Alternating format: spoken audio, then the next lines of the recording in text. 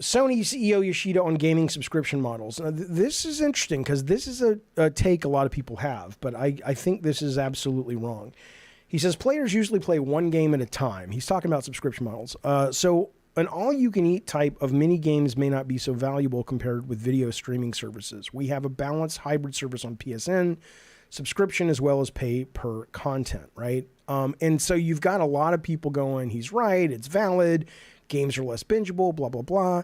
And I just want to push back on this briefly. If you take game subscription services and you shoehorn in long games and games that were meant to be $70 that weren't meant to be played in 4 hours and beat or 2 days and beaten, then of course you're going to be going, the model doesn't work like TV shows and Netflix works because you can't binge a 60-hour game. And it's like, yeah, but if you have a successful subscription model, you don't need to be making 60-hour games to justify a $70 price point that no longer exists. You can make a 5-hour game, a 6-hour game. You can make a game that's 2 hours that's very... It doesn't mean you don't make the big long games too. You do.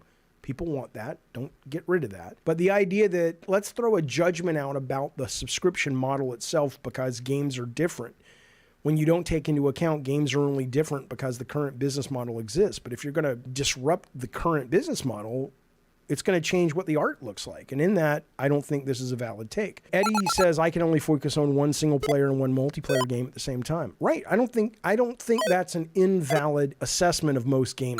I'm just saying that most gamers, their behavior is built on the foundation of what the games are offered right now. But if Kojima said, hey, I'm putting out a 3-hour horror game, I mean, we all played PT because it was Kojima and people said it was great. Suddenly you'd be like, oh yeah, I played that. I played it over the weekend. It was great. And also your cost would be lower. Brett Moore says, I enjoy Game Pass a lot, but I tend to treat those games differently than the ones I buy. I dabble. I usually play that game for a few hours and never again. Lies of P is the only one that got me. But see, that's kind of the thing, right? So this kind of dovetails back into Death Stranding. So I was looking this up about the PlayStation games, not that I was picking on PlayStation. It's just that I looked up Death Stranding, and this was the article I found that was the most recent from a few years ago. 5 PlayStation games with surprisingly low completion rates. Right now, other than one game, all of these were hits. Valhalla is the biggest Assassin's Creed ever. 20% people finished it, only 20%. But it's the biggest Assassin's Creed ever. Red Dead, massive hit, almost 30%. 28.6 finished Death Stranding. And The Witcher, one of the most successful games of the last 10 years, doesn't even have 30% of completion rate. Now, I'm not saying that means the games are bad. Are you insane? And I'm not saying it means the people who bought the games didn't enjoy them and love them. I'm simply saying that there's something vulgar and wasteful about a game as beloved as Red Dead and only 30% of the people finish it. So if you could make a game that wasn't so fucking bloated and it would work in the subscription system and it would be less expensive to make. I'm just saying, I think before we write the obituary on video games in subscription models, you have to take into account the art form is changing if subscription models catch on to allow for shorter games. Bill Bone says it means a lot of gamers have too much ADD and don't beat games. I just don't agree with you. No one's saying Vampire Survivor needs to be 2 hours long. And no one's saying that Final Fantasy, whatever the new one was, needs to be an hour and a half long. I get it. But there are a lot of games where they just pad the... You just can't tell me, I've said this many times before, you cannot tell me that the game directors are like, or the writers or whoever's in charge of the pacing of a specific game are like, you know what we need? We need just a section here that's very repetitive. The player's done it 1,000 times. He's just grinding, though, because it's a cheap way to squeeze out another 3 hours of gameplay. I mean, come on. Come on. I think all this is going to change. We go back to GeoForce with the streaming, the subscription service. Both of those models are going to absolutely redefine the way video games look, is what I would say. Assassin's Creed Valhalla turned me off instantly, says Eddie, when I opened the map and I saw how big it was. Yeah, I did not like it, not at all.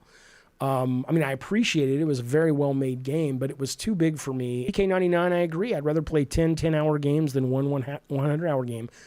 Assuming that it is compelling, I agree. Ravno says all games are repetitive, literally and figuratively. Yeah, but video games are a different breed, right? Because like if you look at something like Uno, okay, Uno is a repetitive game, Monopoly is, chess is, but those games are not designed to be played for 70 hours. It's like you play it, you get your fix, you have a good time with the family, with whoever you're playing with, and you put it away for a few weeks or a few months or maybe even a year.